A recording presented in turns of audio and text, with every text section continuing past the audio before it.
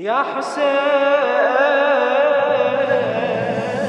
katika maeneo marefu ya al-Imam Ridha salawatullahi wa salamuhu alayhi, akielezea fadhila za mwezi huu na akielezea sikukuu kama hii ya Eid na akielezea falsafa ya siku ya Arafa.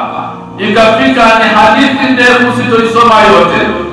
Ikafika katika kifungu ambacho ndio malengo ya mazungumzo yangu. Akasema, wa afdalul a'mali ala ikhwanika fi hadha al-yawm an tasurra fihi kull mu'minin wa mu'mina. Imam alayhi salam anatuambia jambo bora katika siku hii ya leo ambayo ni siku ya Eid. Mungu ameifanya ni Eid kwa Bwana Mtume na kwa kizazi chake na kwa wafuasi wao.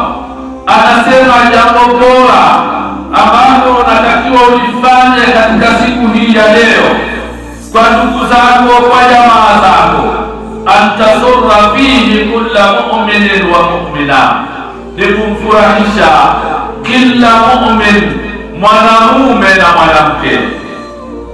Ni siku ya furaha, na furaha ndiyo malengo aliyotuumbia Mwenyezi Mungu Subhanahu wa Ta'ala.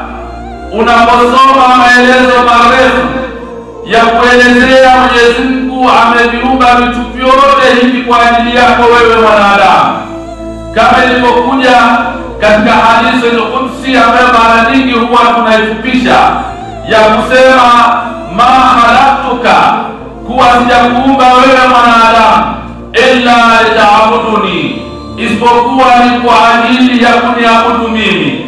Alafu wa ma khalaqtul ashya'a illa liajlika, na sikuviumba vitu vingine vyote isipokuwa nimeviumba kwa ajili yako wewe.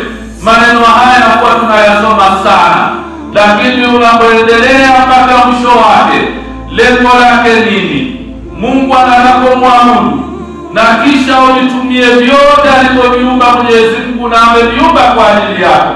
Lengo lake ni kwa ajili ya kufurahi katika dunia hii kabla ya kwenda kufurahi mbele ya Mwenyezi Mungu na mbele ya Mtume Muhammad na mbele ya Ahlul Bait Rasulillah sallallahu alayhi wa alihi wasallam.